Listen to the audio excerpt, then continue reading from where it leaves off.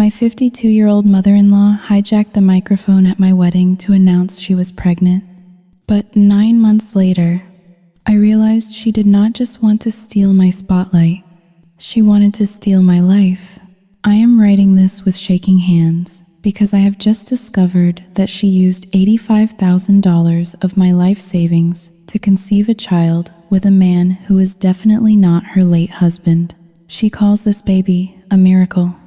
But I know it is a calculated weapon designed to cut my husband out of his inheritance and leave my own unborn child destitute. This woman moved into my home, forced me to wait on her hand and foot while I was sick, and then fed me soup laced with herbs meant to terminate my pregnancy. My husband stood by and watched, too weak to choose his wife over his mother's tears. Now, I am holding the DNA results that will destroy the prestigious Carter family legacy forever. I am broke, I am alone, and I am terrified of what she will do when she finds out I know the truth. I have the power to send her to prison, but it means destroying the father of my child in the process. What would you do? My name is Madison Carter. I am 24 years old, a junior marketing associate at a boutique firm in downtown Stamford. And as of 3 hours ago, I am officially a member of the illustrious Carter family. If you look at the photos being uploaded to Instagram right now, you will see a woman who has it all. You will see a custom Vera Wang gown that cost more than my student loans, a 6-carat diamond ring that weighs down my left hand, and a smile that suggests I am the happiest woman in Connecticut.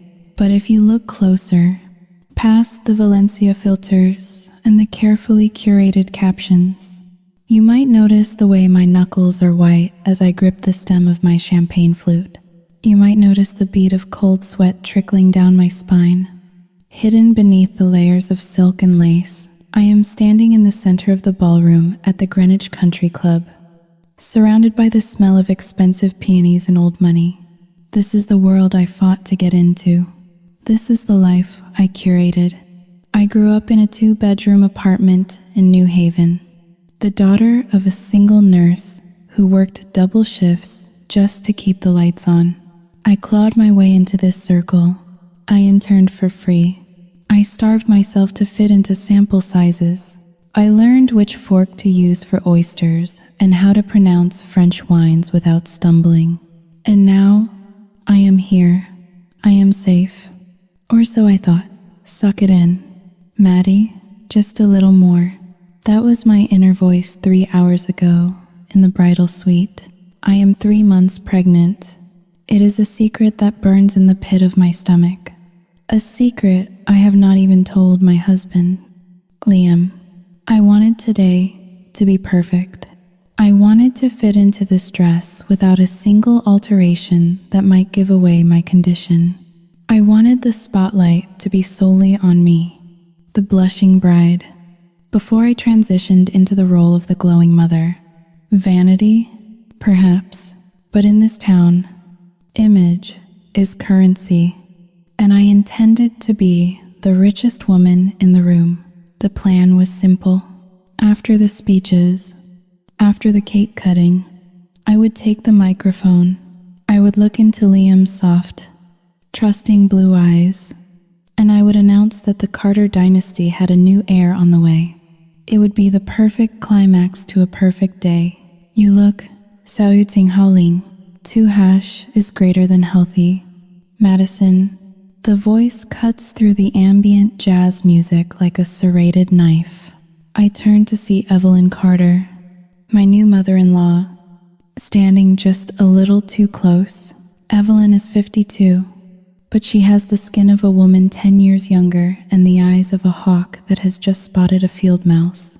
She is wearing a gown in a shade she claimed was antique gold, but looks suspiciously like champagne. In certain lighting, it looks white. It is a floor-length, backless number that hugs her figure tighter than mine hugs me. It is a declaration of war stitched in satin. Thank you, Evelyn. I say, My voice practiced and sweet. You look stunning. Everyone is talking about your dress. Oh, this old thing? Evelyn laughs, a tinkling sound that lacks any real warmth. She places a hand on her stomach, a gesture so fleeting I almost miss it. I just wanted to feel radiant today. My baby boy is getting married. A mother has to keep up, does she not? I watch her eyes scan my waistline. There is a sharpness there, a calculating assessment. Does she know? She cannot know. I have been surviving on dry toast and ginger tea in secret for weeks. Where's Liam? Evelyn asks, scanning the room. He is at the bar with the groomsmen. I answer, good. He needs to relax. Poor boy has been so stressed about the trust fund. Sao Yud Sing Hao Lin. 2 hash is greater than I mean. The wedding costs. She corrects herself smoothly, flashing a smile that does not reach her eyes. That was the first red flag, though I was too busy adjusting my corset to see it clearly. The slip of the tongue, the mention of the trust fund. Liam's father, a titan of industry, left a complex legacy.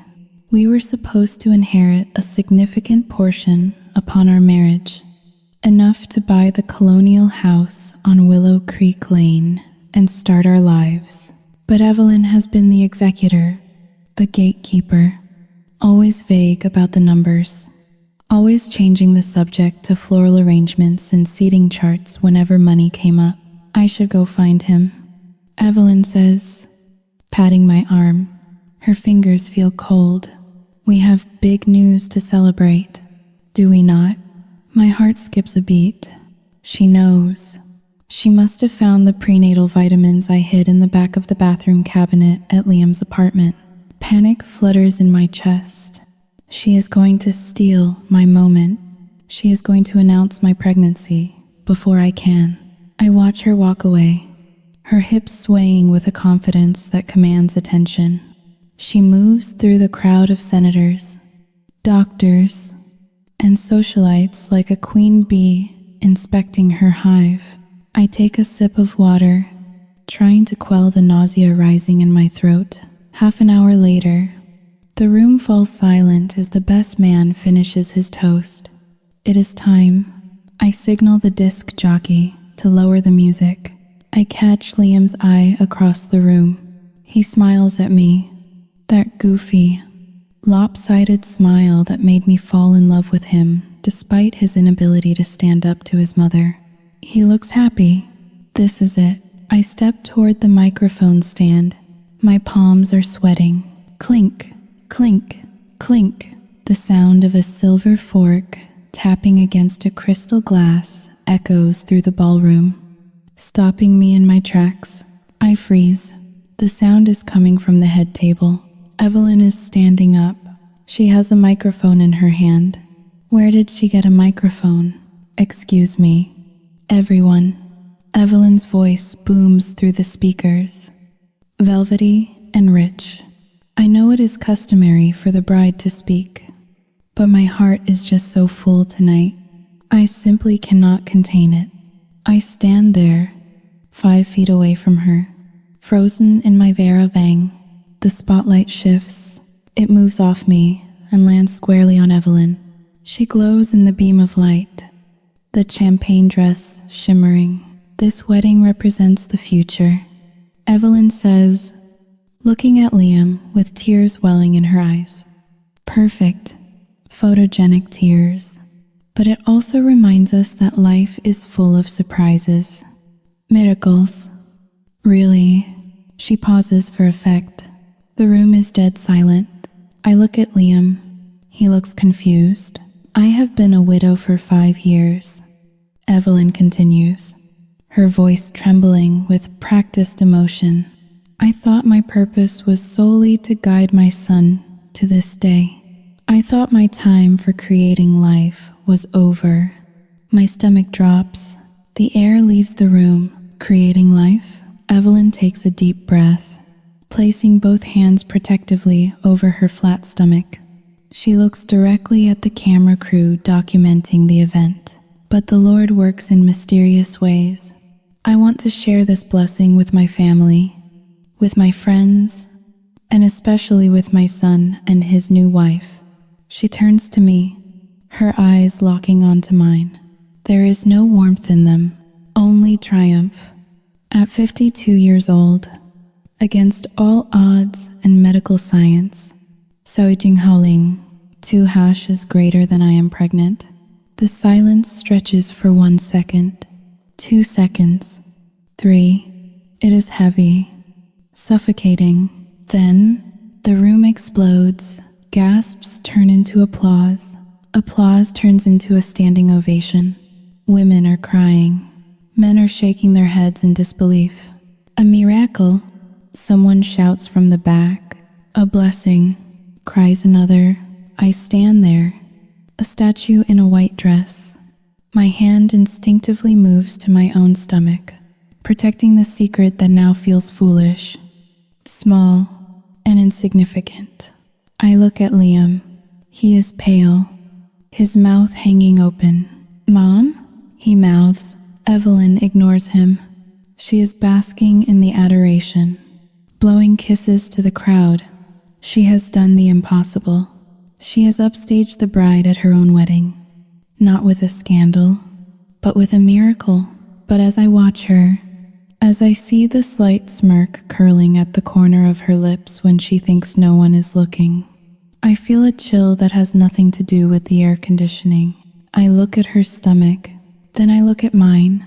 I wanted to announce a new generation. I wanted to secure our future. But as the crowd rushes to hug the pregnant mother-in-law, leaving the bride alone in the shadows, I realize something terrifying. This is not a miracle. This is a coup, and the war for the Carter legacy has just begun.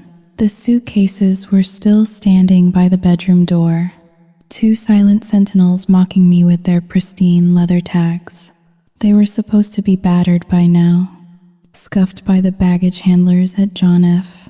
Kennedy International Airport and dusted with the white sands of Bora Bora. Instead, they sat on the hardwood floor of our Connecticut foyer, collecting nothing but domestic dust. It had been 2 weeks since the wedding. 2 weeks since the miracle announcement that turned my reception into a fertility cult rally for my mother-in-law. I sat on the edge of the velvet sofa, staring at the gray rain sleeting against the French windows. My hand rested instinctively on my lower abdomen. The morning sickness had kicked in with a vengeance 3 days ago. It felt like a constant, low-grade seasickness, a churning reminder that my body was doing the hard work of creating life while my mind was busy putting out fires. Liam walked into the room. His shoulders slumped. He looked exhausted, the kind of bone-deep weariness that comes from emotional labor rather than physical exertion. He sat down next to me, taking my hand in his. His palms were sweaty. "Maddie, we need to talk about Mom," he said, his voice dropping to that hushed reverence he always used when discussing Evelyn. I stiffened. I knew what was coming. The honeymoon had been canceled 48 hours after the wedding because Evelyn claimed to have experienced spotting.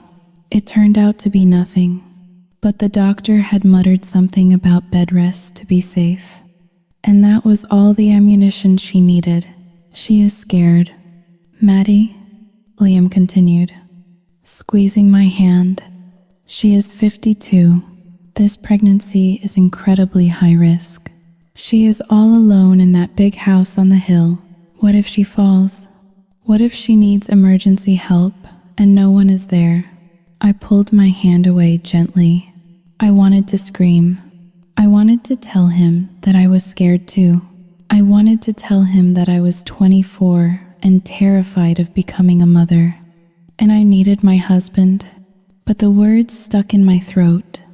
Blocked by the wall of guilt Evelyn had expertly built, brick by brick. "So, what are you suggesting, Liam?" I asked, though I already knew the answer. She needs to stay here, just for the first trimester, until she is out of the danger zone. He said it like a question, but I knew it was a mandate. Our house, the 4-bedroom colonial we had bought with the explicit intention of starting our own family, was about to be invaded. She arrived the next morning. It was not a temporary visit, it was an occupation. Evelyn swept in with 5 Louis Vuitton trunks and a personal assistant named Sarah, who carried a portable humidifier and a stack of books on geriatric pregnancy. Evelyn looked radiant for someone who was supposedly at death's door.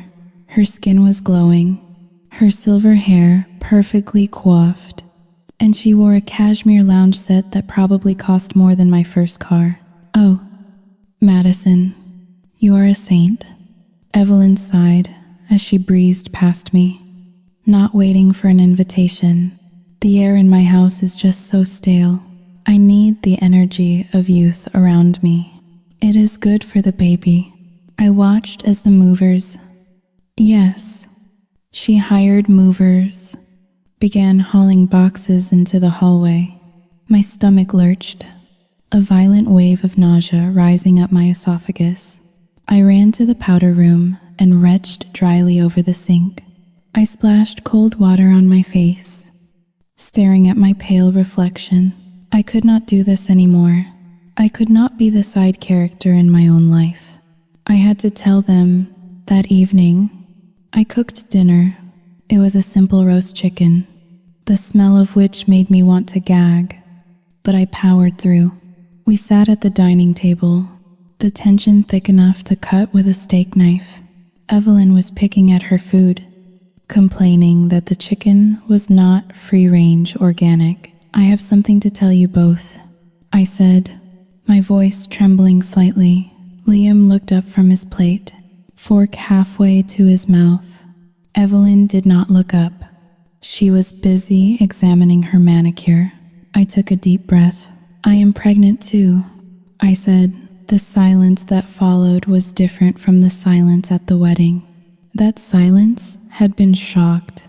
This silence was heavy, cold, and judgmental. Liam dropped his fork. It clattered loudly against the china. "You are what?" he whispered, a slow smile spreading across his face.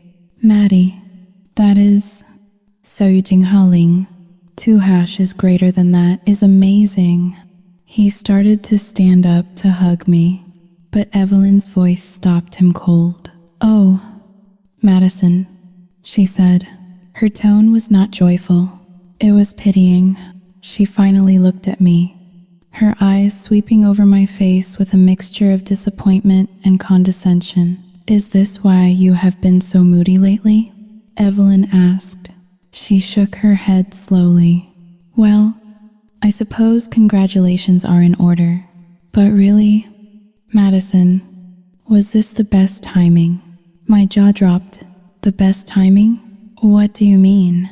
I asked, my voice rising. "We have been planning this. We bought this house for a family." "Yes, but you are 24. Evelyn countered smoothly. "You are young.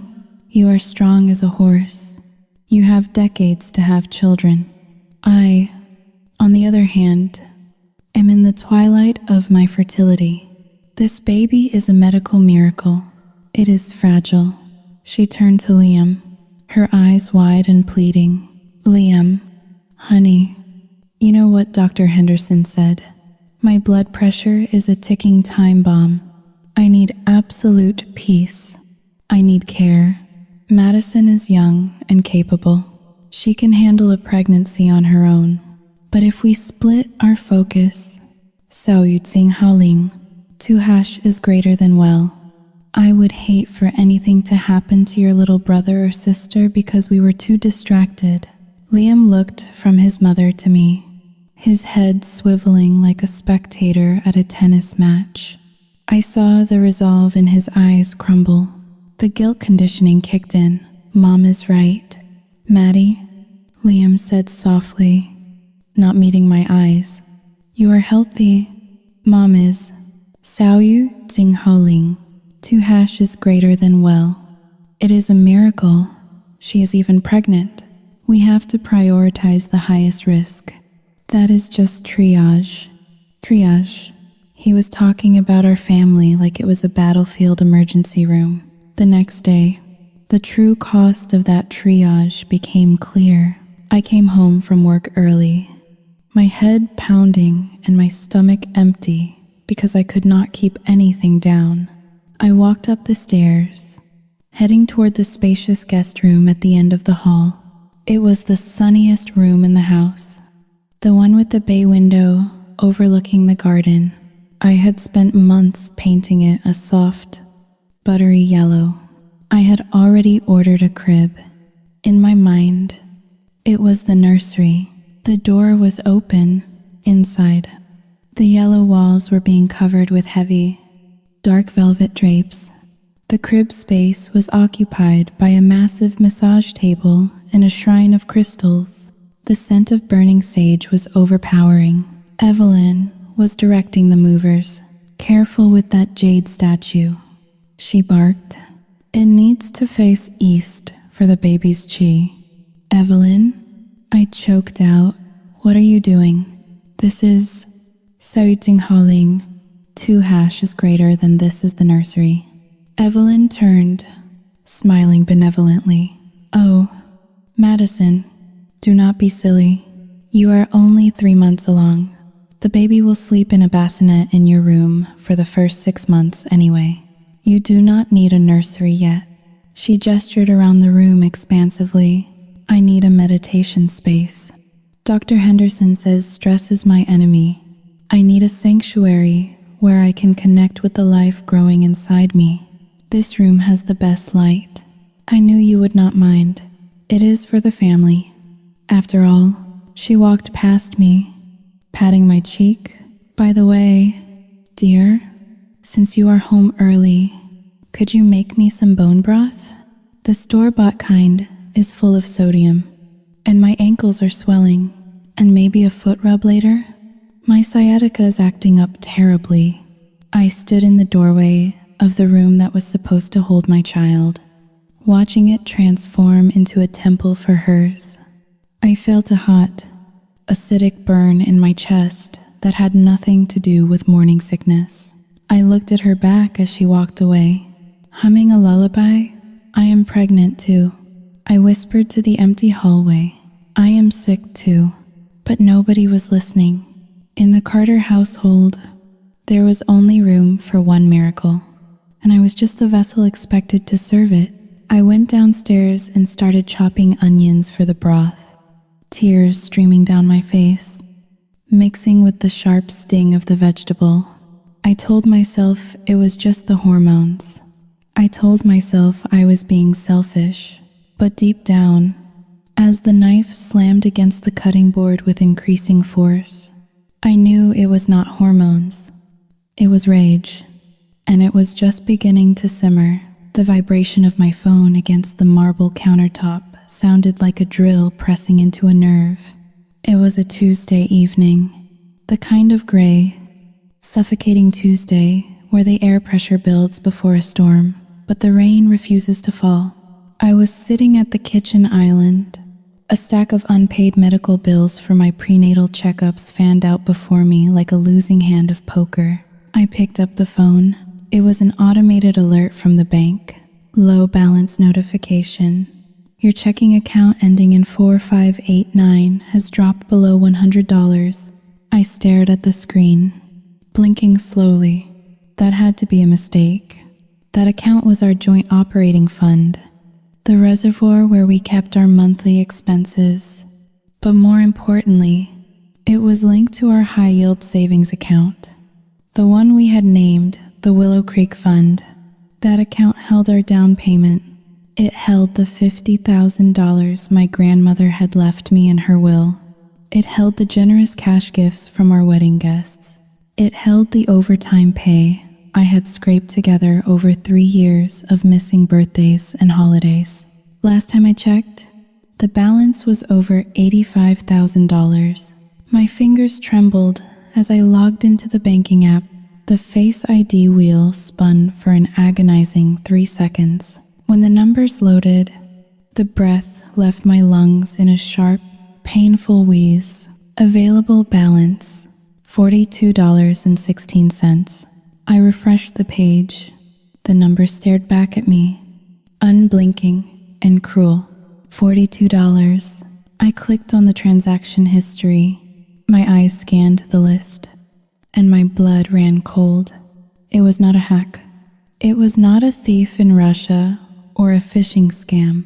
It was a series of internal transfers transferred to E. Carter. $10,000. Transferred to Connecticut Fertility Center. $25,000. Transferred to E. Carter. $15,000. Payment to Serenity Spas and Wellness. $3,000. The list went on and on. A hemorrhage of wealth that dated back to 3 weeks before the wedding. I felt the room tilt. The granite island felt freezing under my palms.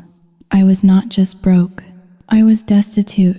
The safety net I had woven to catch my falling baby had been slashed to ribbons. I heard the front door open. The sound of Liam's footsteps in the hallway, heavy and familiar, usually brought me comfort. Tonight, they sounded like the footsteps of a stranger. Liam walked into the kitchen, loosening his tie. He looked tired, his eyes avoiding mine as he went straight for the refrigerator. "Hey, babe," he muttered, grabbing a bottle of sparkling water. "Mom is resting in the meditation room. She said her chakras felt misaligned, so we need to keep it down." I did not speak. I simply turned my phone around and slid it across the marble surface until it hit his hand. Liam looked down. He saw the banking app. He saw the balance. He did not gasp. He did not look surprised. He just closed his eyes and let out a long, ragged sigh. "Liam," I whispered, my voice shaking so hard it barely registered as sound. "Where is our money?" He took a long drink of water, stalling. When he finally looked at me, his face was a mask of defensive guilt. "Maddie, please, do not make a scene. I can explain. You can explain." I stood up, the chair scraping violently against the floor. "You can explain why $85,000 is gone. That was for our house. Liam, that was my grandmother's legacy. That was for our baby." Liam held up his hands, palms facing me, as if trying to physically push my anger back down my throat. "It is not gone, Maddie. It is. Saoyuting Haling. Tuhash is greater than invested. Invested in family." He walked around the island, trying to get close to me, but I stepped back. "Mom needed it," he said, his voice pleading. "Do you have any idea how expensive in vitro fertilization is for a woman of her age? The hormones, the egg retrieval, the donor matching, the implantation. Sao Yu Jing Ha Ling. Tuhash is greater than it costs a fortune, and insurance covers none of it because it is considered elective." "Elective?" I screamed, forgetting the rule about silence.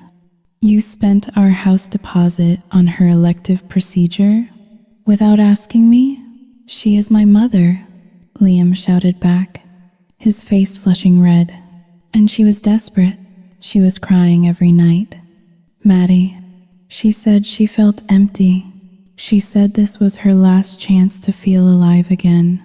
What was I supposed to do?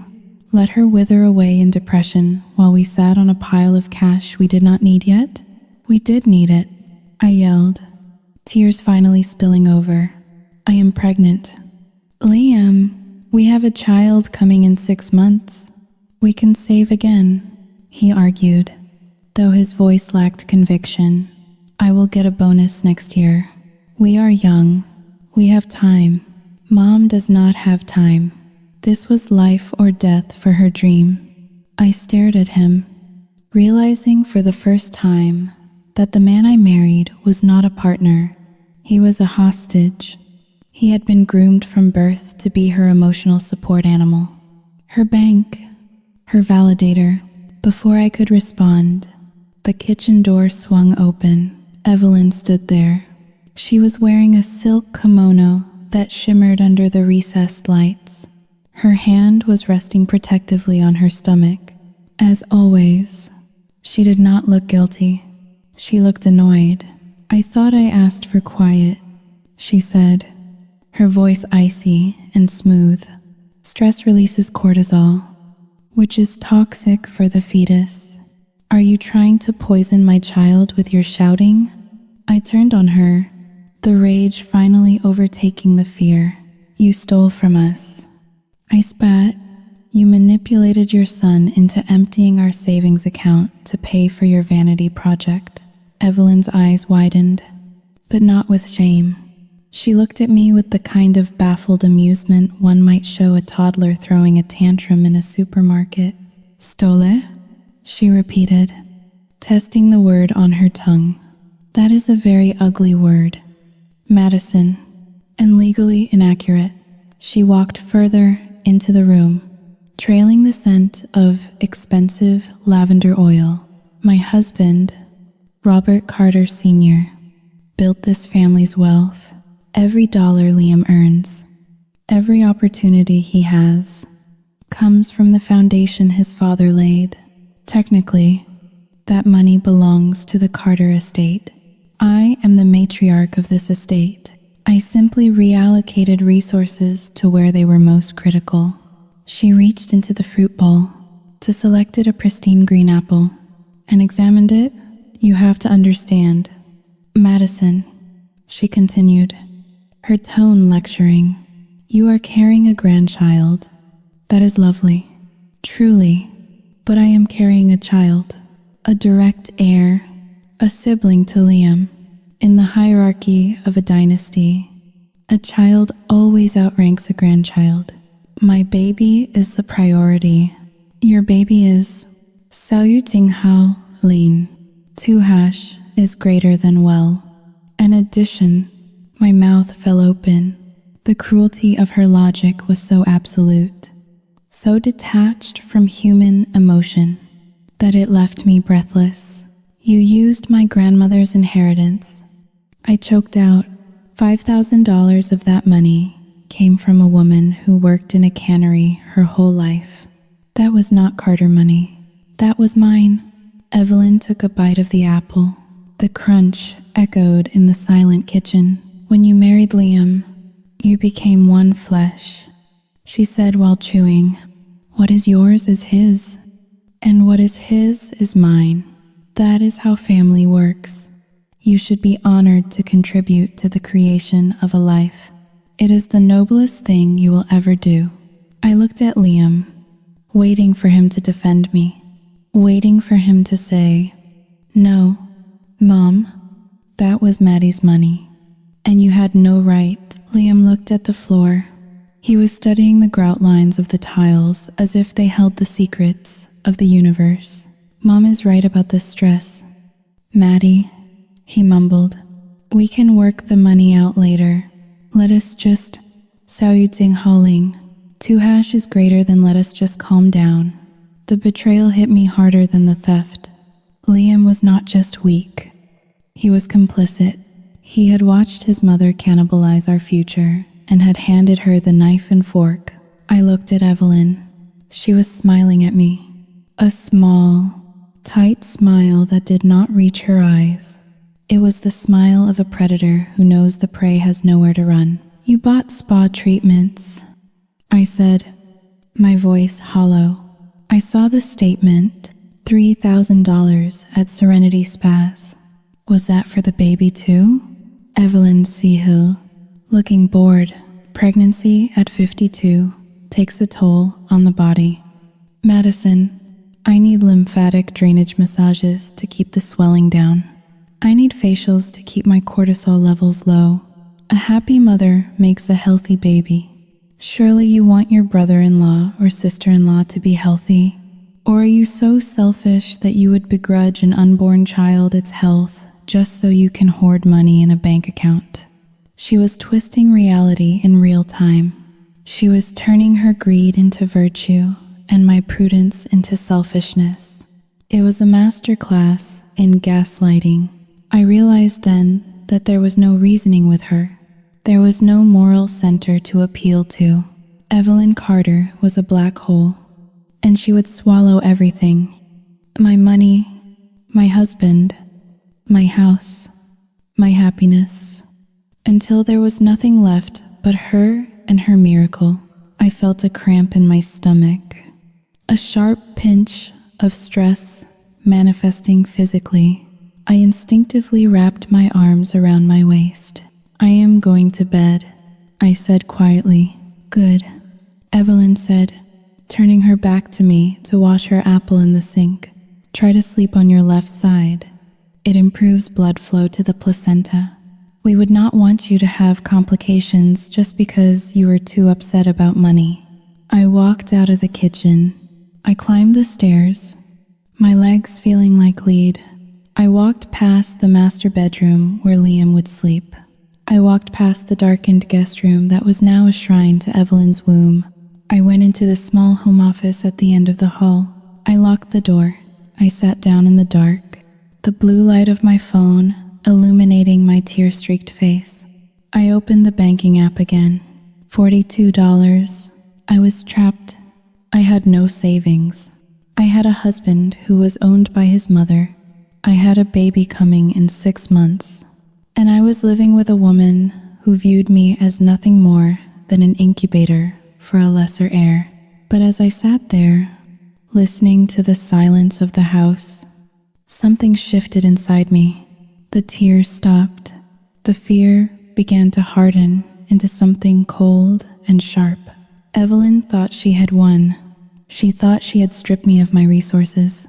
She thought I was just a silly girl from New Haven who would roll over and accept her place. She was wrong. I opened my laptop and created a new folder.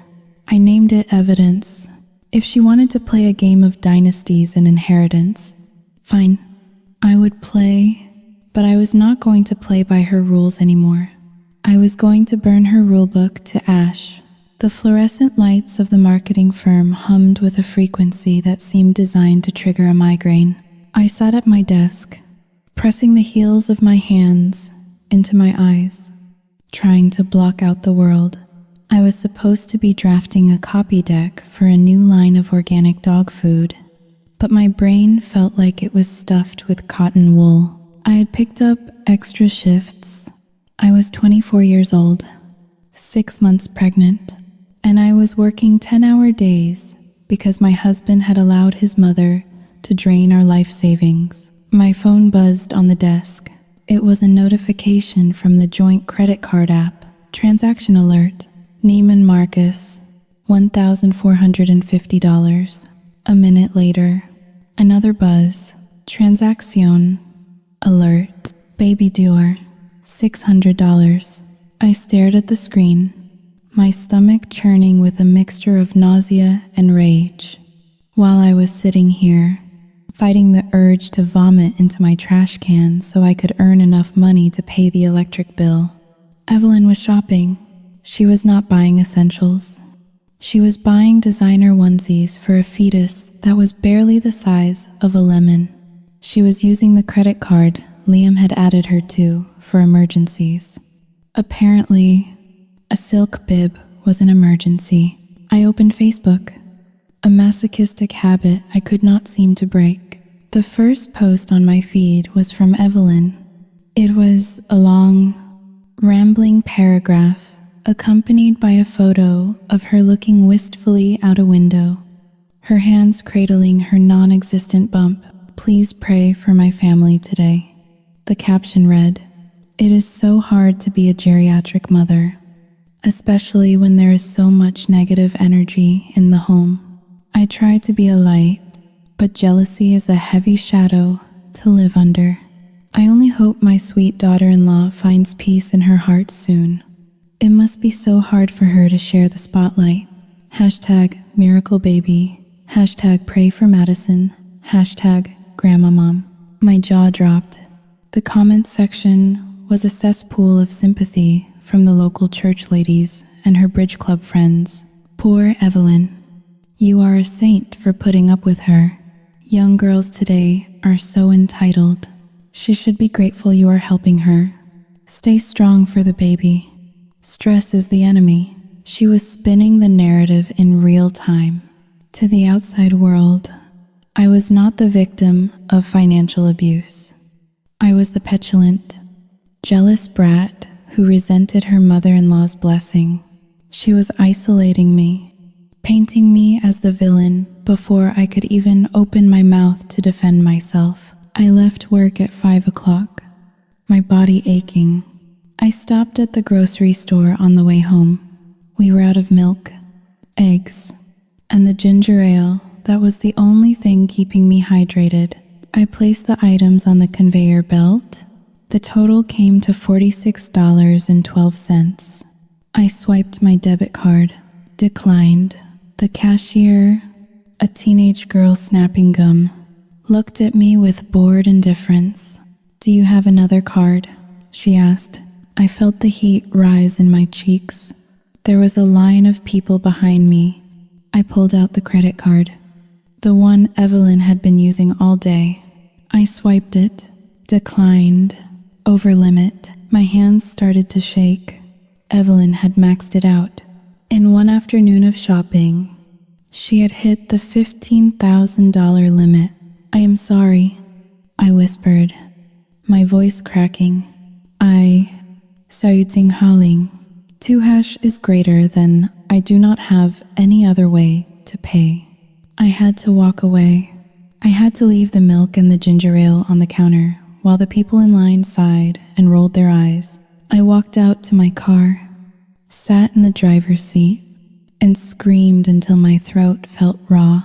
When I pulled into the driveway, I saw 3 strange cars parked out front. They were luxury sedans, the kind driven by the wealthy matriarchs of Greenwich. I unlocked the front door and was immediately hit by the smell of expensive tea and fresh pastries. Laughter drifted from the living room. I walked in. Evelyn was holding court. She had transformed my living room into a high tea salon. There were tiered trays of macarons, finger sandwiches, and scones. There were vases of fresh white hydrangeas on every surface. Sitting around her were 4 women from the church council, sipping tea from my grandmother's china. The china I kept wrapped in tissue paper for special occasions. Evelyn was in the center, wearing a new pastel pink dress. On the coffee table in front of her sat a brand new, silver-plated pram. It gleamed under the chandelier light. It was a silver cross Balmoral, the kind used by British royalty. It cost $4,000. "Oh, look who it is," Evelyn chirped, spotting me in the doorway. The room fell silent. 4 pairs of judgmental eyes assessed me. I looked like a wreck. My hair was messy. My eyes were red from crying, and I was wearing my wrinkled work clothes. "Madison? Dear," Evelyn said, her voice dripping with faux sweetness. "We were just talking about you. I was telling the ladies how hard you have been working. It is a shame you are always too tired to help around the house, but we understand.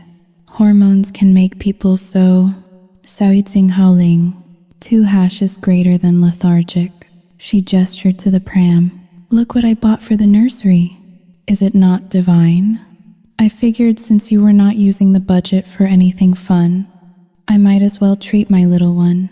Something inside me snapped. It was not a loud snap. It was the quiet, terrifying sound of a cable finally giving way under too much tension.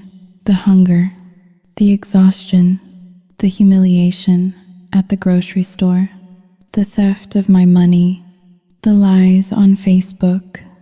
It all coalesced into a blinding white heat. "You bought a $4,000 stroller," I said, my voice trembling with a deadly calm. and I could not buy milk today. Evelyn laughed, a nervous titter. Do not be dramatic. Madison, we have milk in the fridge. No, we do not, I shouted. The volume of my voice made the ladies jump. We do not have milk because you spent every single penny we have. You maxed out the credit card today. You drained the savings account last week. You are wearing a dress bought with money I earned while you sat here eating pastries. Madison, Evelyn gasped, clutching her pearls. You are making a scene. You are upsetting the baby. I do not care about your baby. I screamed. I lunged forward. I did not mean to hurt her. I just wanted to destroy the perfect, fake tableau she had created. I grabbed the edge of the silver tea tray laden with the fine china and the macarons. I heaved it upward. The crash was deafening. Teapots shattered against the hardwood floor. Hot tea splashed onto the Persian rug. Macarons rolled under the sofa. The church ladies shrieked and scrambled back. Evelyn stood up, her eyes wide. She looked at the mess, then at me, and then a calculating glint flickered in her eyes. She threw herself backward. She did not trip. She did not slip. She deliberately threw herself onto the soft cushions of the sofa, letting out a wail that sounded like a police siren. My baby, she screamed, clutching her stomach. She attacked me. She tried to kill my baby. The front door slammed open. Liam came running in, his tie flying over his shoulder. He must have just pulled into the driveway and heard the screaming. He stopped in the archway, taking in the scene. He saw the shattered china. He saw the spilled tea. He saw me standing there, chest heaving, with wild eyes, and he saw his mother sobbing on the couch, surrounded by her terrified friends. "Mom?" Liam yelled, rushing to her side. "Liam," Evelyn sobbed, clinging to his jacket. She went crazy. I was just showing her the stroller, and she started screaming about money and threw the hot tea at me. I think, Haling, 2 hash is greater than, I think I felt a cramp. Oh God. Liam, save the baby. Liam turned to look at me. His face was unrecognizable. The soft, indecisive man I married was gone. In his place was a stranger looking at a monster. "What is wrong with you?" He spat, his voice low and venomous. "Liam, she is lying," I pleaded, taking a step forward. "She bought a $4,000 stroller. She maxed out the cards. Enough," Liam roared. He stood up and placed himself between me and Evelyn, creating a physical barrier. "Look at yourself. Madison, you are unhinged. You are so jealous of her that you would endanger a life." I stood there, stunned. He did not ask if I was okay. He did not ask why I was home late. He did not ask why there was no food in the house. He only saw what she wanted him to see. "Get out of my sight," Liam said, turning back to tend to his mother. "Go upstairs. Do not come down until you can act like a human being." The church ladies glared at me with pure disgust. To them, the story was confirmed. Evelyn was the saintly martyr, and I was the dangerous, jealous daughter-in-law. I turned around and walked toward the stairs. My shoes crunched on a piece of my grandmother's broken china. I did not look back. I went into the guest bathroom and locked the door. I sat on the edge of the tub, shaking violently. I was completely alone. I had no money. My husband hated me. My reputation was ruined. But as the adrenaline faded, a cold clarity settled over me. They thought I was the villain. Fine, if they wanted a villain, I would give them one. But I would not be the kind that throws tea trays. I would be the kind that waits in the shadows, gathers the secrets, and strikes when the target is sleeping. I pulled my phone out. I opened the folder named Evidence. I needed more. I needed something nuclear, and I knew exactly where to find it. The law offices of Robert Sterling were located in a brownstone building that smelled of lemon polish and old money. It was the kind of place where the carpets were thick enough to silence footsteps and the secretaries spoke in hushed, driven tones. I sat in the waiting area, clutching my purse like a shield. My hands were trembling, but not from cold. I was running on 3 hours of sleep and a breakfast of dry toast. I had come here as a last resort. Robert was not just the family attorney. He had been my father-in-law's best friend. He had bounced Liam on his knee. He was the executor of the Carter estate. If anyone could stop Evelyn's financial rampage, if anyone could talk sense into Liam about the legal ramifications of draining a trust fund for facials and designer strollers, it was Robert. I needed an ally. I needed an adult in the room who understood that mathematics did not care about miracles. The receptionist, a stern woman with glasses on a chain, was away from her desk. The phone on her console blinked silently. Mr. Sterling is on a conference call. She had told me 10 minutes ago. He will be with you shortly. But the clock on the wall ticked past 20 minutes. I stood up, my legs feeling restless. I needed water. I walked toward the hallway leading to Robert's corner office, intending to ask the receptionist for a cup, but the hallway was empty. The door to Robert's office was slightly ajar. I raised my hand to knock, but a voice from inside froze me in place. It was Robert's voice, but it lacked his usual professional baritone. It sounded softer, almost intimate. Do not worry, Evie. Everything is in place. Evie. Nobody called Evelyn that except her late husband. My heart hammered against my ribs.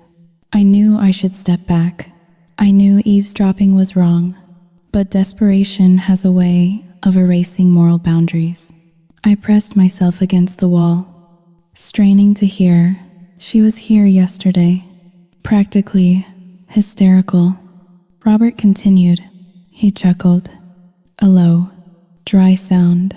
Yes, she threatened to audit the accounts, but she has no standing. She is just a signatory by marriage. She cannot touch the core trust. There was a pause as he listened to the person on the other end. Evelyn, I know the timing is tight, Robert said, his voice dropping lower, but once the child is born, the clause triggers automatically. We just need to keep her distracted until the birth certificate is signed. Once the heir is established, Liam's claim becomes secondary. My breath hitched in my throat. Liam's claim becomes secondary. I leaned closer, my ear hovering inches from the gap in the door. Yes, I handled the medical records. Robert said, the donor files are sealed. Nobody will question the paternity. They will just see a grieving widow using her late husband's frozen assets. It is a romantic story. Evie, the public loves a romance. My blood ran cold. Donor files? Evelyn had sworn up and down that she was using Liam's father's sperm, frozen years ago before his cancer treatment. Why would they need to seal donor files if it was her husband? I heard the sound of a chair scraping back. Robert was ending the call. I love you too, he said. The words hit me like a physical blow. I love you too. I scrambled back toward the waiting room, my heels sinking into the plush carpet. I threw myself into the leather chair just as the door fully opened. Robert stepped out, adjusting his tie. He looked every inch the respectable lawyer. Gray suit, silver hair, benevolent smile. Madison, he exclaimed, extending a hand. I am so sorry to keep you waiting. A complex merger. You know how it is. I stood up, shaking his hand. His skin was dry and papery.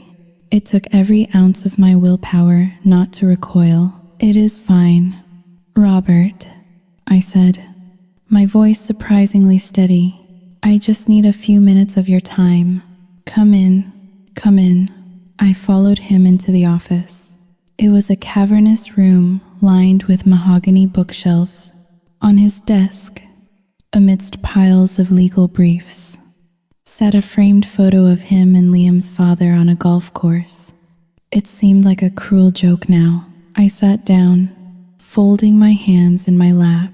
I had planned to beg him for help. I had planned to cry and show him the bank statements. But now, looking at him, I realized that would be like a sheep asking a wolf for directions. So, what can I do for you, my dear? Robert asked, leaning back in his chair. Liam tells me things are a bit Soiting 2# is greater than tense at home. Tense is one word for it. I said carefully, I am concerned about the spending. Robert, the accounts are being drained. I am worried about the long-term stability of the estate. Robert Seahill, a sound of practiced condescension. Madison, you must understand. The Carter estate is vast. What looks like a lot of money to you is merely a rounding error in the grand scheme of things. Evelyn is going through a miraculous, albeit expensive, medical journey. We should be supporting her. He was gaslighting me too. He was part of it. I saw a blue folder on the edge of his desk. It was labeled The Carter Family Trust, amended 1998.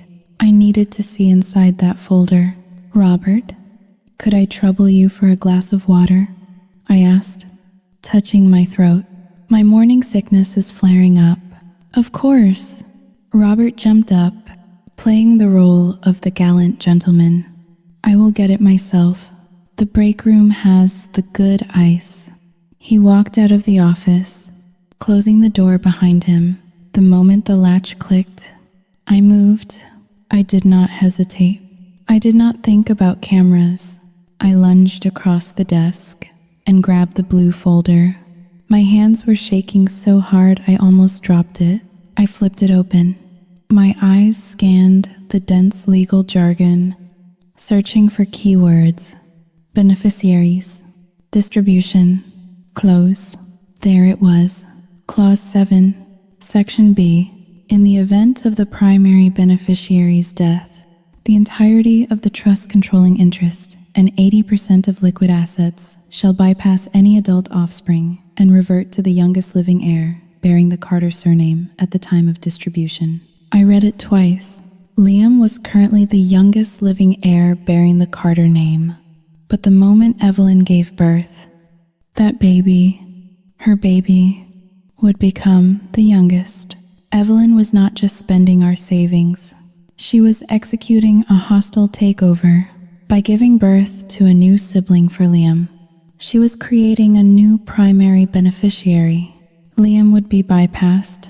I would be bypassed. Our child, being a grandchild, would see nothing. The entire fortune, the house, the company shares. It would all go to the infant. And who would control the infant's assets for the next 18 years? Evelyn. She would have total control for nearly 2 decades. It was the perfect crime. She was securing her reign as the queen bee for the rest of her life, using a baby as a legal weapon. And the conversation I heard, Soiting 2# is greater than, the donor files are sealed. That meant the baby was not Liam's father's child. It was a random donor. Or worse, I heard footsteps in the hallway. I slammed the folder shut and slid it back onto the corner of the desk, exactly where it had been. I sat back in my chair, my heart pounding so hard I thought it would crack my ribs. The door opened. Robert walked in, holding a crystal glass of water. "Here we are," he said, placing it on a coaster. "Thank you," I whispered, I took a sip. The water was cold, but it did nothing to cool the fire burning in my gut. I looked at Robert, really looked at him. I saw the arrogance in his eyes. He thought I was just a nuisance, a greedy little girl who did not understand how the big world worked. He thought he and Evelyn were untouchable. I realized something in that moment. I had been playing the wrong game. I had been trying to be the good wife, the reasonable voice, the victim seeking justice. But you do not get justice by asking for it nicely. Not from people like this. I stood up. Thank you for the water. Robert, I said, I think I understand the situation better now. I will not bother you again. Robert looked surprised by my sudden departure, but relieved. Are you sure? We did not really discuss the accounts. There is no need, I said, forcing a smile that felt like bare teeth. You are right. It is family money. Evelyn should do whatever she thinks is best. I walked out of the office. I walked past the receptionist. I walked out of the building and into the blinding sunlight of the parking lot. I sat in my car and stared at the steering wheel. Evelyn was not just a narcissist. She was a thief. She was stealing my child's future. She was stealing my husband's legacy. And she was doing it with a smile and a Bible verse. But she made one mistake. She assumed I was weak. She assumed that because I came from nothing, I had no fight in me. She forgot that people who come from nothing know how to survive in the dark. I wiped the last tear I would ever shed for this family from my cheek. I started the engine. I was not going home to cry. I was going home to war. I needed to find out who the real father of that baby was. And when I did, I was going to burn their entire house of cards to the ground. The pawn shop was located 3 towns over, in a neighborhood where the lawns were overgrown and the cars had rust on their wheel wells. I sat in my sedan for 10 minutes, clutching the velvet box in my lap, before I built up the courage to go inside. Inside the box was a diamond necklace my grandmother had left me. It was the only tangible piece of her I had left. A delicate chain with a sapphire pendant she had worn every Sunday to church. I was about to sell my past to save my future. I walked up to the counter, the smell of stale cigarette smoke and desperation hanging heavy in the air. The man behind the glass loop looked at the necklace, then at me. He named a price that was insulting, a fraction of its sentimental value. But I did not haggle. I needed cash, untraceable, cold, hard cash.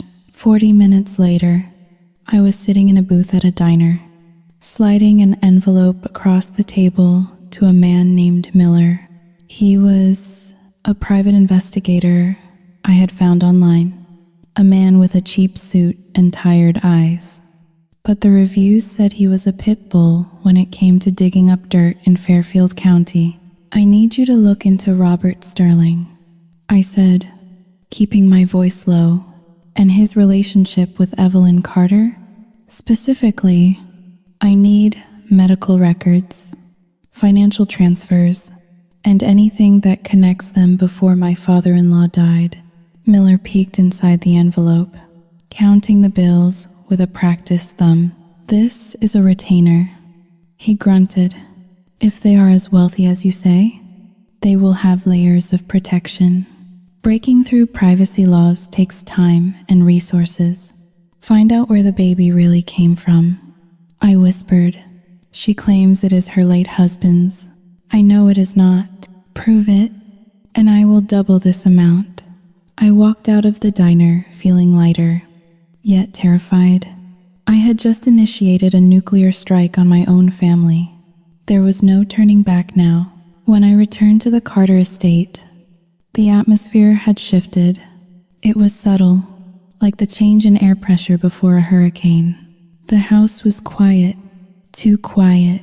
The usual parade of florists and caterers was absent. I found Evelyn in the kitchen. She was standing over the stove, stirring a pot of soup. The steam rose around her face, softening her features, making her look almost maternal. But when she turned to face me, her eyes were hard and flat, like stones at the bottom of a river. "Where have you been, Madison?" she asked. Her voice was light, but the question was an interrogation. "I just went for a drive," I lied, placing my keys on the counter. "I needed some fresh air." Evelyn hummed, tapping the wooden spoon against the side of the pot. "You have been disappearing a lot lately. Long drives, late nights at the office. It makes a mother worry. You know stress is bad for the baby." "Which baby?" I wanted to ask. "Yours or mine?" But I bit my tongue. "I made you some soup," Evelyn said, gesturing to the pot. "It is a special recipe, bone broth with ginseng and mugwort. Very healing." "You look pale, dear. You need your strength." She ladled the dark, aromatic liquid into a bowl and set it before me on the kitchen island. She stood there, watching, her arms crossed over her chest. It was a challenge. If I refused, I was the ungrateful daughter-in-law. If I ate it, I was submitting to her control. "I am not really hungry," I said, my stomach churning at the smell. It was earthy, pungent, almost metallic. Evelyn's smile tightened. "Liam tells me you have not been eating enough. He is worried. Madison, he thinks you are starving yourself to get back at us for the money. Do not prove him right. Eat the soup. For your child." She invoked my child. It was her favorite weapon. I picked up the spoon. I told myself I was being paranoid. Evelyn was a narcissist and a thief, but she was not a murderer. She wanted to control me, not kill me. I forced a smile and took a sip. The taste was bitter, masked by heavy salt and herbs. I swallowed it down, fighting the gag reflex. "See," Evelyn cooed, watching my throat work. Mother knows best. I ate half the bowl before I could not take another bite. I excused myself and went upstairs, intending to lock myself in my room and wait for Miller to call. The pain started an hour later. It began as a dull ache in my lower back, a familiar sensation that I initially dismissed as pregnancy strain. But within 20 minutes, it escalated into a sharp, twisting cramp that doubled me over. It felt like a serrated knife was being dragged through my uterus.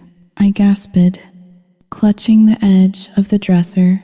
Sweat broke out on my forehead instantly. This was not normal. This was not Braxton Hicks. I stumbled toward the bathroom.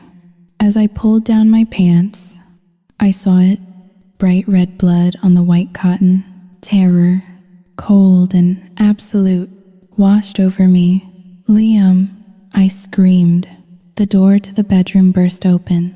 Liam stood there, holding a tablet. He looked annoyed at the interruption. "What is it now, Maddie?" "I am trying to..." "Help me," I cried, sinking to the floor. "I am bleeding." His face went pale. For a second, the veil of his mother's influence lifted, and he was just a husband watching his wife in agony. He dropped the tablet and ran to me. "Oh God, Maddie, oh God." He scooped me up. I was sobbing now, clutching my stomach, praying to a God I had not spoken to in years. "Please, not the baby. Take the money, take the house, take everything. Just save the baby." We rushed down the stairs. Evelyn was waiting in the foyer. She was reading a magazine when she saw Liam carrying me. A look of faux concern plastered onto her face, but her eyes remained chillingly calm. "What happened?" she asked. "She is bleeding."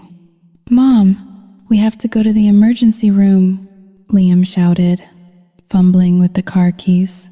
Evelyn stood up slowly. calm down. Liam, panicking helps no one. It is probably just stress. I told her she was working too hard. She poisoned me. I shrieked, the realization hitting me through the haze of pain. It was the soup. She put something in the soup? Evelyn recoiled, clutching her pearls. Liam, do you hear her? She is delusional. I gave her nourishing broth. She is hysterical. Get in the car, Liam yelled at me, ignoring his mother for once. The drive to the hospital was a blur of red lights and agonizing cramps. Every bump in the road felt like a physical assault. I sat in the passenger seat, curled into a ball, whispering to my stomach, "Hold on, please hold on." At the hospital, they wheeled me into triage. Nurses swarmed around me, hooking me up to monitors, inserting an intravenous line. The bright lights burned my eyes. "Where is the heartbeat?" I asked the doctor, a young woman with kind eyes. "Please, find the heartbeat." There was a terrifying silence as she moved the ultrasound wand over my belly. The whoosh whoosh sound I had grown to love was absent. The silence stretched, filling the room, suffocating me. Then, faint but steady, a rhythmic thump, thump, thump filled the air. I let out a sob of relief so violent it shook the bed. "The baby is fine, Mrs. Carter," the doctor said, wiping gel from my stomach. "But your uterus is contracting aggressively. We need to stop labor from progressing. You are only 26 weeks. She looked at my chart, then at me. "What did you eat today?" "I Yu Ting Hao Ling. Dva. I had soup." I stammered. "My mother-in-law made it. It tasted bitter, like herbs." The doctor frowned. "We are running a toxicology screen," she said. "But your symptoms, the cramping, the dehydration, the elevated heart rate, mimic the ingestion of certain uterine stimulants, like excessive amounts of black cohosh or mugwort." Mugwort. Evelyn had said it. Ginseng and mugwort. I looked at Liam. He was standing in the corner, looking pale and sick. "Did you hear that?" I whispered. "She used mugwort. It causes miscarriages." "Liam, she tried to kill our baby." Liam stepped forward, his face hardening. "Stop it, Maddie. Mom uses herbs for everything. She probably just did not know the dosage." "It was an accident." "An accident?" I tried to sit up, but the intravenous line tugged at my arm. "She is 52 years old. She has read every pregnancy book in existence. She knows exactly what mugwort does." "She was trying to help you," Liam shouted, his voice cracking. "Why do you have to turn everything into a conspiracy? She is just an old woman trying to take care of her family." The doctor stepped between us. "Sir, you need to lower your voice, or I will have security remove you. Your wife needs absolute calm." Liam ran a hand through his hair, looking at me with a mixture of pity and exhaustion. "I am going to call Mom and tell her the baby is okay," he said. "She is probably worried, sick." He walked out of the room. He left me. He left his wife and unborn child to comfort the woman who had just tried to poison us. I lay back against the scratchy hospital pillows, the tears drying on my face. The physical pain was subsiding as the medication took effect, but a new, colder pain was taking its place. My marriage was dead. It had died in that kitchen, over a bowl of bitter soup. Liam was not a victim of his mother's manipulation anymore. He was her accomplice. His refusal to see the truth was a choice he made over and over again. I looked at the heart rate monitor, watching the steady, jagged line of my baby's life. Evelyn had escalated the war. She was not just coming for my money. She was coming for my blood. She wanted me out of the picture. Maybe she hoped I would miscarry and leave Liam in grief. Maybe she hoped the stress would kill me, but she had made a fatal miscalculation. She thought pain would break me. She thought fear would send me running back to New Haven with my tail between my legs. She was wrong. Pain clarifies. Pain strips away the illusions. I no longer cared about being a good wife. I no longer cared about the Carter name or the country club reputation. I reached for my phone on the bedside table. I had missed a call from Miller. There was a voicemail. I brought the phone to my ear. Mrs. Carter, it is Miller. I found something. I did a deep dive into the fertility clinic records you mentioned. There is no record of Evelyn Carter using frozen samples from her late husband, but there is a record of a private donor agreement signed 3 months ago. The donor is listed as anonymous in the main file, but I found a billing cross-reference. The sperm bank fees were paid by a shell company registered to a residential address. He paused, and I could hear him shuffling papers. The address belongs to Robert Sterling. And Madison? I found something else. A marriage license from 1990. 2 years before she married your father-in-law. It was annulled, but the groom's name, Sao Jinghao Ling, 2 hekjes groter than it was Robert Sterling. I dropped the phone onto the sheets. Robert was not just the lawyer. He was her ex-husband. They had been playing the long game for 30 years. And this baby? It was not a Carter heir. It was a Sterling bastard, bred to steal a fortune. I closed my eyes. A cold smile touched my lips. I was not the tragedy here. They were. And when I walked out of this hospital, I was going to ensure their tragedy was written in the history books of Connecticut forever. The house was eerily silent when I returned from the hospital 3 days later. The air smelled of lavender and deception. I walked through the front door, my hand resting protectively over my stomach. I had refused to let Liam drive me home. I took a cab. I did not want to sit in an enclosed space with a man who had chosen his mother's poisoned soup over his wife's safety. Evelyn was in the living room, instructing a team of florists. They were arranging towering displays of white orchids and hydrangeas. The baby shower was tomorrow, the event of the season. "Madison!" Evelyn exclaimed, spotting me. She clapped her hands together, a gesture of performative delight. "You are back." And just in time. The florist needed to know if we should move the dessert table to the east wing. She walked toward me, arms open for a hug. I stepped back. The movement was sharp, deliberate. Evelyn paused, her smile faltering for a microsecond before she recovered. "Still touchy?" She sighed, shaking her head at the florists as if to say, "Hormones, am I right? Well, go rest upstairs. We need you fresh for tomorrow. It is going to be a big day." "It is," I said. My voice was calm, unnervingly calm. I walked past her, up the stairs, and into the guest room, the one she had usurped. It was empty for the moment. I stood in the center of the room, looking at the crystals and the velvet drapes. I took a deep breath. I had the file Miller gave me in my bag. It was heavy, physically and metaphorically. Inside were copies of the annulled marriage certificate, the shell company bank transfers, and the fertility clinic's internal billing logs linking Robert Sterling to the donor sample. It was a smoking gun, but a gun is only useful if you pull the trigger when everyone is watching.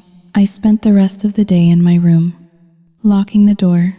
I could hear Liam pacing in the hallway outside, knocking softly every few hours. "Maddie, please open the door. We need to talk. Mom is just trying to make peace." I ignored him. I was busy editing. I was syncing the audio file I had recorded at Robert's office. The "I love you too" and the donor files are sealed conversation. With the visual evidence Miller had sent, I was creating a presentation, not a slideshow for a marketing pitch, but an indictment. The next morning, the Carter estate transformed into a scene from a fairy tale. A white tent was erected on the lawn. A string quartet played Vivaldi. Waiters in white tuxedos circulated with trays of non-alcoholic sparkling cider. The guests began to arrive at noon. The creme de la creme of Greenwich society. The mayor's wife, the head of the hospital board, the pastor of the First Presbyterian Church. They all came bearing gifts wrapped in silver paper, eager to pay homage to the Miracle Mother. I dressed slowly. I chose a dress I had bought years ago, a simple navy blue sheath that fit my pregnant form modestly. No designer labels, no jewelry except my wedding ring, which felt heavy and cold on my finger. I walked down the grand staircase. The party was in full swing. Evelyn sat on a throne-like velvet chair in the center of the tent, glowing. She wore a white lace maternity gown that looked suspiciously like a wedding dress. Robert stood near her, acting the part of the benevolent family friend, laughing at her jokes, touching her shoulder a little too often. Liam was by the bar, looking miserable. When he saw me, he rushed over. "Maddie, thank God. You look so Jing Hao Ling. Dwa. Nice. Listen, just keep it low-key today, okay? Mom is really stressed about the press being here." I looked past him to the local news crew setting up their cameras. Evelyn had invited them for an exclusive interview about her journey. "Do not worry, Liam," I said softly. "I will give them a show they will never forget." The speeches began at 2 o'clock. Robert went first, praising Evelyn's resilience and faith.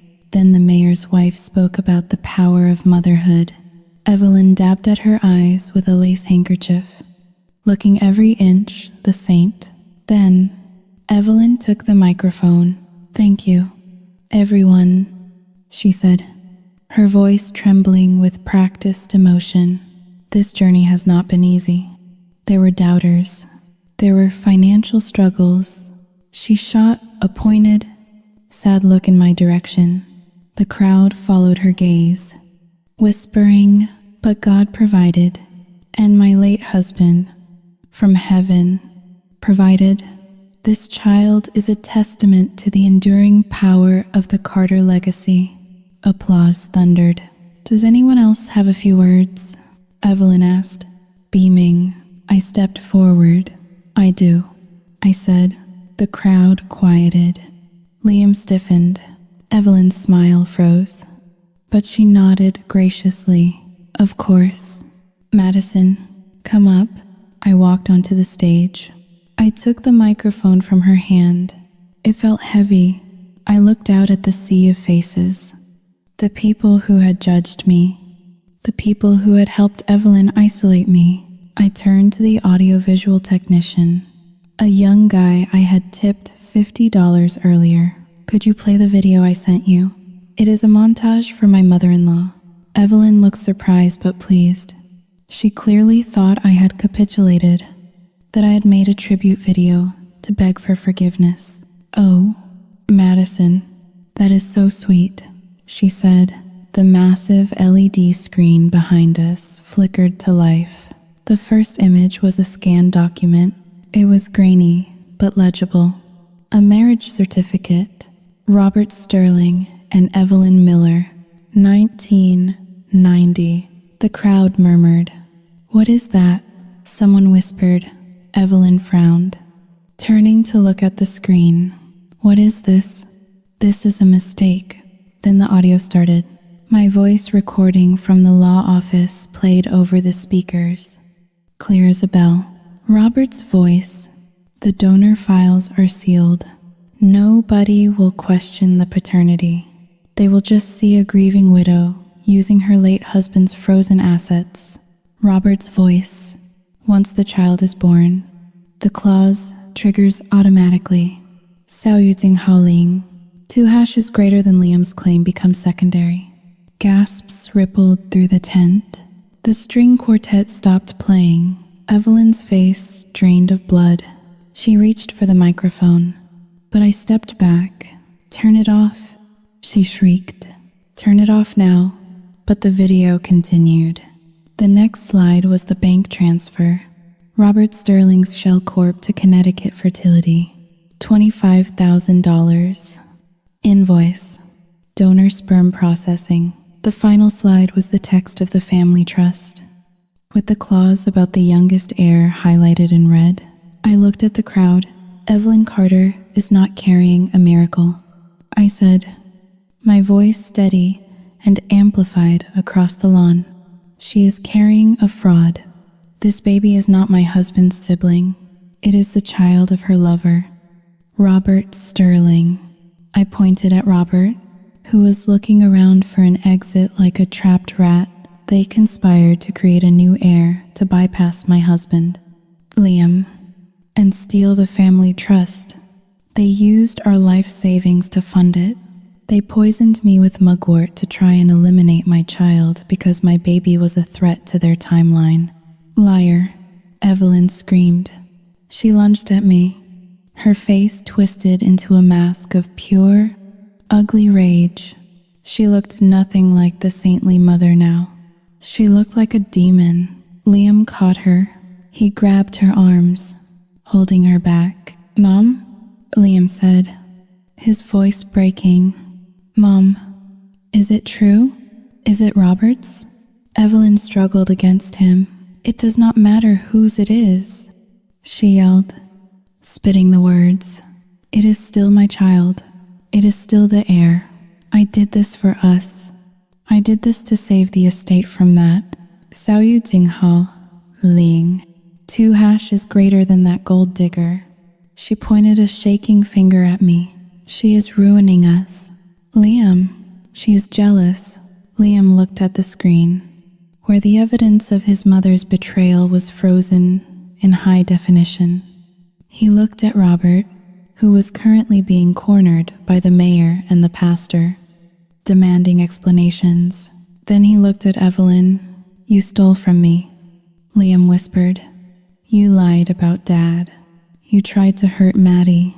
"I did what I had to do," Evelyn screeched. "You were too weak to lead this family. I needed a real heir, a fresh start." The silence that followed was absolute. She had admitted it, in front of the cameras, in front of the church council, in front of the police chief who was standing near the buffet. I placed the microphone gently on the podium.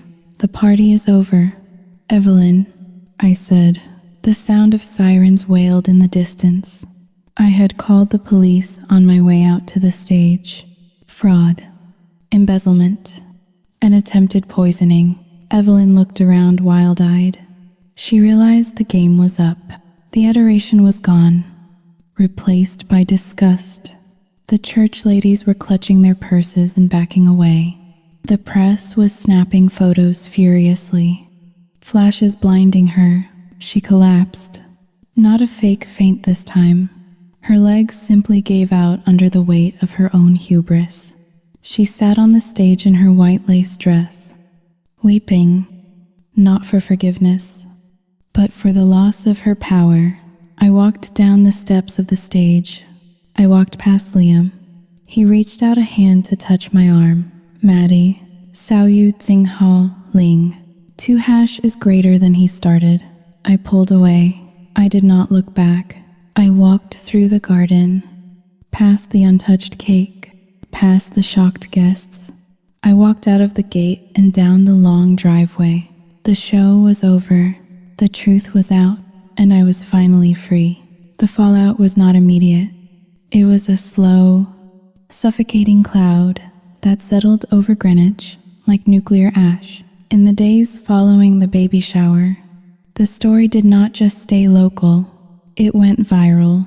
The video of my confrontation, captured by the local news crew and dozens of smartphones, was uploaded to TikTok and Twitter.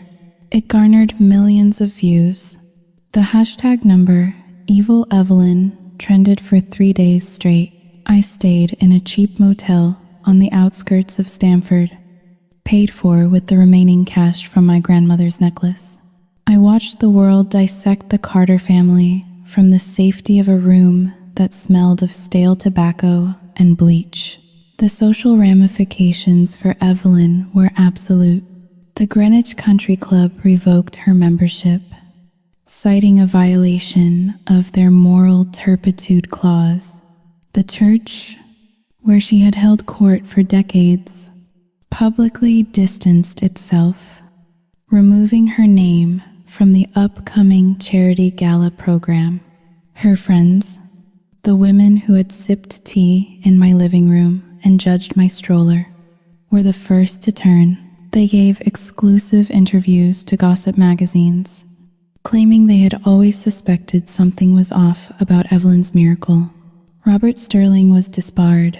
The State Bar Association moved with lightning speed once the evidence of fraud and the manipulation of the trust fund became public. He was facing charges of embezzlement and conspiracy. The last image the public saw of him was a photo of him being led out of his brownstone office in handcuffs, shielding his face with a briefcase. But the real tragedy, the one the internet meme makers missed, was the silence from the house on the hill. I received a text from Liam on a Tuesday morning. "Please come home. The police are here. They are taking her." I drove back to the estate, not to reconcile, but to witness. When I arrived, 2 squad cars were parked in the driveway. The front door was open.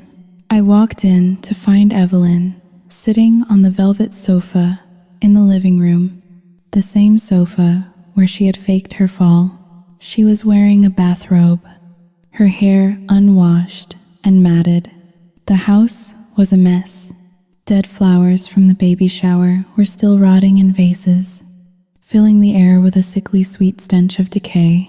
Officer Miller, who was no relation to my private investigator, stood by the fireplace, looking uncomfortable. "Mrs. Carter, we have a warrant for your arrest regarding the misappropriation of funds and the attempted poisoning of Madison Carter," he said gently. Evelyn did not look at him. She was staring at the wall, rocking back and forth slightly. Her hands were still cradling her stomach. "You cannot take me," she whispered. "I am high risk. The stress will kill the baby." "Evelyn, please," Liam said. He was sitting in a chair opposite her, his head in his hands. "Just go with them. We can call a lawyer, a new lawyer." Evelyn's head snapped up. She looked at Liam with pure venom. "You let them do this to me," she hissed. "You let that girl ruin us. You are weak. Liam, your father would be ashamed of you." Liam flinched as if she had slapped him. "Dad would be ashamed of you." "Mom," he said quietly, his voice cracking. "He trusted you, and you tried to replace his son with Robert's bastard just to keep control of the money." Evelyn laughed. It was a high, thin sound that made the hair on my arms stand up. "Control? Is that what you think this is? It is survival. You stupid boy. The world eats women like me once our husbands die. We become invisible. We become obsolete. I refuse to be obsolete. I created life. I made myself relevant again." She stood up, her bathrobe falling open slightly to reveal the curve of her belly. "I am the matriarch," she screamed. "I am the source." Officer Miller stepped forward and took her arm. "Okay, ma'am, that is enough." As they led her out in handcuffs, she spotted me standing in the foyer. She stopped. The rage in her eyes cooled into something colder, something more haunting. You think you won. Madison, she said softly, I did not win. Evelyn, I said, looking her in the eye, I just survived you. She smiled. A twisted, broken smile. Wait until you are 50, she whispered. Wait until the world tells you you are done. Then you will understand. They put her in the back of the cruiser. As the car drove away, the neighbors stood on their lawns, watching. The same neighbors who had waved to her for 20 years now held up their phones to record her shame. I walked back into the house. Liam was still sitting in the chair, staring at the spot where his mother had been. Maddie, he said, not looking up. I stood in the doorway. I felt nothing for him. The love I once had was buried under layers of betrayal and cowardice. I am leaving. Liam, I said. He looked up, tears streaming down his face. Please, do not. We can fix this. She is gone now. It is just us. We can have the house. We can have the money back once the lawyers sort it out. We can be a family. I shook my head slowly. There is no us. Liam, you watched her destroy me for months and did nothing. You watched her steal our future and defended her. You only care now because the world knows the truth. But I love you, he pleaded, standing up and taking a step toward me. No, I said, backing away. You love the idea of a wife, just like you love the idea of a mother, but you are incapable of protecting either. I turned around. I walked out of the house that was supposed to be my dream home. I walked past the nursery with the black velvet curtains. I walked past the kitchen where I had eaten the poisoned soup. I got into my car. I drove down the winding driveway, past the iron gates. My phone buzzed. It was a notification from a news app. Breaking. Greenwich socialite arrested in shocking trust fund fraud scandal. The comments were already flooding in. Strangers were celebrating her downfall. Karma is real. What a monster. Team Madison all the way. I turned the phone off. I did not want their applause. They did not understand. This was not a victory lap. It was a funeral procession for the life I thought I was going to have. I drove toward the highway, heading back to New Haven, back to the small apartment, back to the life of scraping by. But this time, I was bringing something with me. I placed a hand on my stomach. My baby kicked. A strong, definitive kick. We were safe. We were broke. We were alone. And we were scandalized. But we were free. The conference room in the downtown Stamford Legal Center was sterile. It smelled of lemon furniture, polish, and stale coffee. A scent that would forever remind me of the end of my marriage. I sat on one side of the long mahogany table, my hands resting on the cool surface. Across from me sat Liam. He looked like a man who had aged 10 years in 10 days.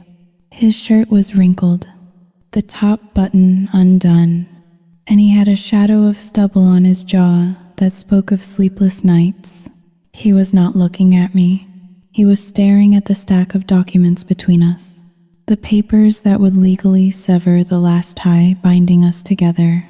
My lawyer, a sharp woman named Mrs. Robinson, who wore red lipstick and took no prisoners, slid a pen across the table. Sign here, Mr. Carter, she said, her voice devoid of sympathy. This acknowledges that you agree to the restitution payments for the funds misappropriated from the joint accounts, and that you contest no part of the divorce petition. Liam picked up the pen. His hand was shaking. The tip of the pen hovered over the signature line, trembling like a leaf in a gale. Maddie, he whispered. His voice was rough, like gravel. I did not answer. I just watched him. I felt a strange detachment, as if I were watching a character in a movie I had already seen. There was no anger left in me. The rage that had fueled me through the investigation, through the pawn shops and the confrontations, had burned itself out. In its place was a vast, cold emptiness. "Maddie, please," Liam said, finally looking up. His eyes were red-rimmed. "Do we really have to do this? Mom is in jail. She is gone. She cannot hurt us anymore. I filed the restraining order against her myself. I did everything you wanted." He reached a hand across the table. In palm up, a gesture of supplication. "I can sell the estate," he continued, the words tumbling out in a rush. "We can move. We can go to California or Europe, anywhere you want. We have the trust money now that the fraud is proven. We can have the life we planned." I looked at his hand. It was the same hand that had held mine at the altar. It was the same hand that had held his mother's arm while she accused me of being crazy. "You still do not understand." "Liam," I said quietly. "Understand what? That I made a mistake? I know I did. I was blind. But I am awake now. I am choosing you. You are not choosing me." I said, "You are choosing the path of least resistance. You are choosing me because she is gone and you do not know how to be alone." I stood up. The movement was slow, deliberate. The baby shifted inside me. A heavy, reassuring weight. The man I married died the day he watched his mother poison his wife and decided to call it an accident. I said, "You are just the ghost he left behind." Liam flinched. The pen slipped from his fingers and clattered onto the table. "Sign the papers." "Liam," I said, "or I will take you to trial for complicity in the fraud. Mrs. Robinson has the emails where you approved the transfers." It was a bluff. I had no desire to drag this out in court. I just wanted it over. But Liam did not know that. He looked at Mrs. Robinson, who raised an eyebrow in silent challenge. He picked up the pen again. He signed. The sound of the nib scratching against the paper was the loudest noise in the room. It was done. I walked out of the building and into the crisp autumn air. The leaves on the trees were turning a brilliant, burning orange. Life was moving on, indifferent to the catastrophe of the Carter family. I got into my used sedan, the one I had bought with the first installment of the emergency restitution funds released by the court. I drove to my new apartment. It was a small, 2-bedroom walk-up in a quiet neighborhood, far from the manicured lawns of Greenwich. I unlocked the door and stepped inside. It was silent. For the first few weeks, the silence had terrified me. I would wake up in the middle of the night, heart pounding, expecting to see Evelyn standing at the foot of my bed with a cup of tea. I would check the locks on the windows 3 times before sleeping. I walked into the kitchen. I opened the refrigerator. It was stocked with food I had bought myself. Safe food. But even now, the scars were there. I took out a carton of yogurt. I checked the seal. It was intact. I opened it. And then, instinctively, I brought it to my nose to sniff it. I did this with everything. Water bottles, apples, bread. I could not eat anything without first examining it for tampering. The trust that allows a person to simply exist in the world, to eat and drink and sleep without fear, had been shattered. Evelyn had taken that from me, and I did not know if I would ever get it back. I sat at the small kitchen table and ate my yogurt in silence. My phone buzzed. It was a notification from a news site. Robert Sterling, denied bail. Prosecutors allege decades of fraud. I swiped it away. I did not care about Robert. I did not care about the ruin of the Carter dynasty. I looked down at my stomach. I was 7 months along now. The baby was growing strong, feeding on the peace I had fought so hard to secure. But there was a fear that lingered in the back of my mind, a shadow I could not quite outrun. This child had Carter blood. This child had Liam's DNA. What if the weakness was inherited? What if the potential for cruelty, or the spinelessness that allowed cruelty to flourish, was woven into the double helix of my unborn son? I placed my hand on my belly. No, I whispered to the empty room. Nurture would win over nature. I would make sure of it. I would raise this boy to be everything his father and grandmother were not. He would be kind, he would be strong, and he would know the value of $1 earned, not stolen. I washed my spoon in the sink, watching the water swirl down the drain. The war was over. The enemy was defeated. I had the money, I had the freedom, and I had the truth. But as I looked out the window at the falling leaves, I realized that victory did not feel like triumph. It felt like survival. It felt like walking away from a plane crash with your life, but knowing you would never be able to fly again without looking for the exit. I turned off the kitchen light. I was alone, but for the first time in a year, I was safe. And for now, that had to be enough. The snow was falling outside the window of my new apartment, coating the world in a blanket of silence. It had been 6 months since I walked out of the Carter estate. I sat in the rocking chair, the wood creaking softly beneath me, looking down at the bundle in my arms. Leo was sleeping. He had Liam's nose and my chin. He was perfect, and he was mine. Wholly, legally, and emotionally mine. On the coffee table sat a thick envelope from Mrs. Robinson. It contained the final settlement from the civil lawsuit. The numbers were significant. I had sued the estate for emotional distress, fraud, and the misappropriation of my grandmother's inheritance. I had won. The Carter fortune, or what was left of it after the legal fees and the liquidation, had been bled dry. I had taken a scalpel to their legacy and carved out my piece of flesh. Some might call it greed. I called it severance pay. My phone buzzed on the armrest. It was a blocked number, but I knew who it was. Liam called once a week, usually after he had a few drinks. I never answered. I watched the screen light up the dark room, a ghost trying to haunt a house that had already been exorcised. I let it go to voicemail.